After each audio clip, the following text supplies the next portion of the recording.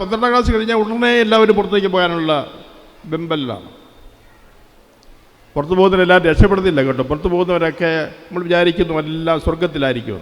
പക്ഷേ ഈ ഇടയും വിദേശത്തു നിന്ന് വന്ന ഒരു അച്ഛൻ അവിടെ പ്രവാസികളായിരിക്കുന്ന നമ്മുടെ നാട്ടിൽ നിന്നൊക്കെ നമ്മുടെ രൂപതയിൽ ഉൾപ്പെടെയുള്ളവരിൽ നിന്ന് പോയിരിക്കുന്ന ആൾക്കാർ പലരും ചിലരൊക്കെ നല്ലൊരു ആൾക്കാരുണ്ട്.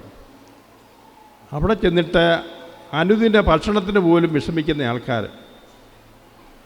അവരെ പലയിടങ്ങളിൽ ഈ ഫ്രീ ആയിട്ട് ഭക്ഷണം കൊടുക്കുന്ന ചില കൗണ്ടറുകളുണ്ട്. അവിടെ ചെന്ന് ക്യൂ നിൽക്കുകയാണ് ഭക്ഷണത്തിന് വേണ്ടി. നമ്മുടെ കേരളത്തിൽ നിന്നാണ് അങ്ങനെയുള്ളൊരു കൂടുതൽ പേരുള്ളത്. കാരണം ഇവർ ഏജൻറ്റുമാരൊക്കെ വാഗ്ദാനം ചെയ്ത് പോയതൊന്നും നടന്നില്ല. അവർക്ക് ശരിക്കും പഠിക്കാൻ സാധിച്ചിട്ടില്ല, ജോലിയും കിട്ടുന്നില്ല.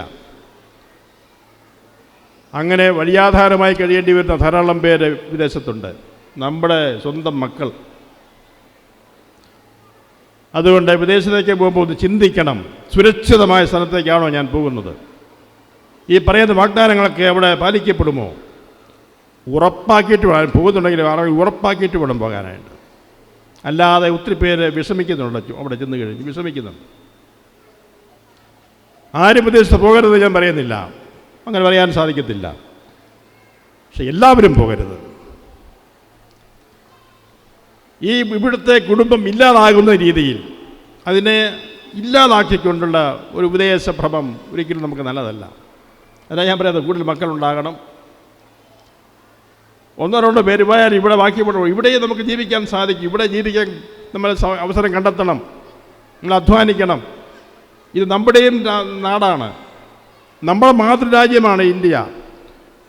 ഭാവിയിൽ ഒത്തിരിയധികം സാധ്യതകളുള്ള ഒരു രാജ്യമാണ് ഇന്ത്യ. വിദേശ രാജ്യങ്ങളൊക്കെ ഇന്ത്യയിലേക്ക് നോക്കിക്കൊണ്ടിരിക്കുകയാണ്. ഭാവിയിൽ നമ്മൾ ഇന്ത്യ വിട്ടു പോകാൻ ശ്രമിക്കുന്നു.